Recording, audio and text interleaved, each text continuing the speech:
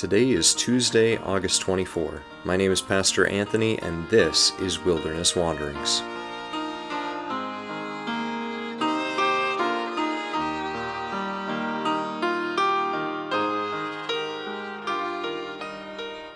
Today our text comes from 2 Peter chapter 1. We were eyewitnesses of His majesty. He received honor and glory from God the Father when the voice came to him from the Majestic Glory, saying, "This is my Son, whom I love. With him I am well pleased." We ourselves heard this voice that came from heaven when we were with him on the sacred mountain. We also have the prophetic message as something completely reliable, and you will do well to pay attention to it. 2 Peter chapter 1. Verses 16b through 19a. Well, Moses and Elijah both climbed up Mount Sinai and had experiences there with God. We heard about Moses and Israel yesterday as God met his people in fiery majesty. The people heard his voice thunder and were filled with a healthy fear of the Lord. In Elijah's case, God appeared not in fire, wind, or earthquake, but in a still, small voice.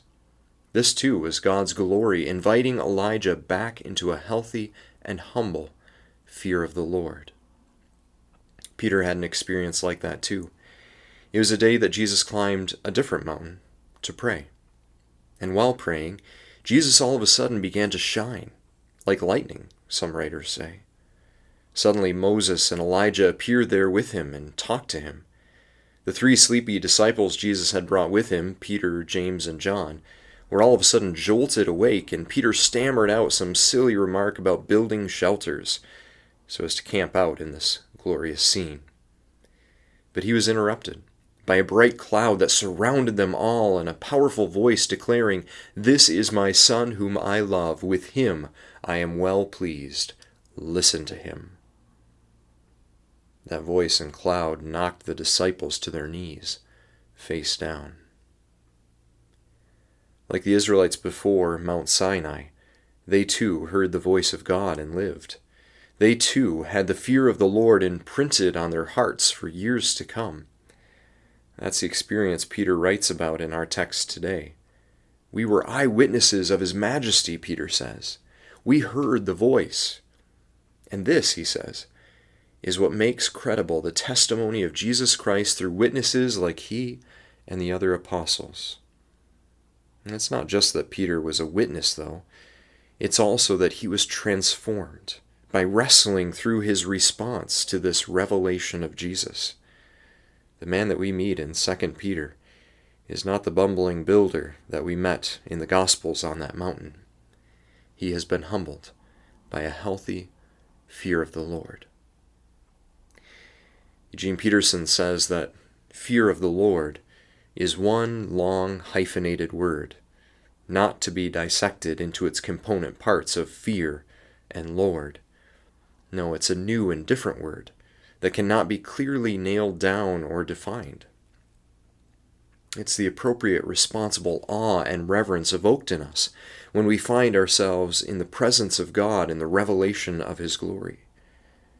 But fear of the Lord is also the appropriate and faithful way we participate in and responsively pay attention to that revelation.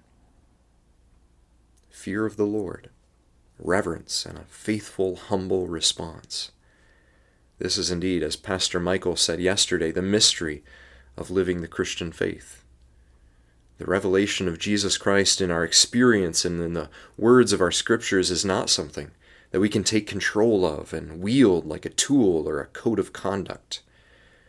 There is always a reverent wrestling required of us. God demands our attention and our engagement personally with Him on His terms. And when we submit to that reverent wrestling journey, we have entered into the unsafe territory of the fear of the Lord. So as you journey on, reverently wrestling, go with the blessing of God. May the peace of the Lord Christ go with you wherever He may send you. May He guide you through the wilderness, protect you through the storm. May He bring you home rejoicing at the wonders He has shown you. May He bring you home rejoicing once again into our doors.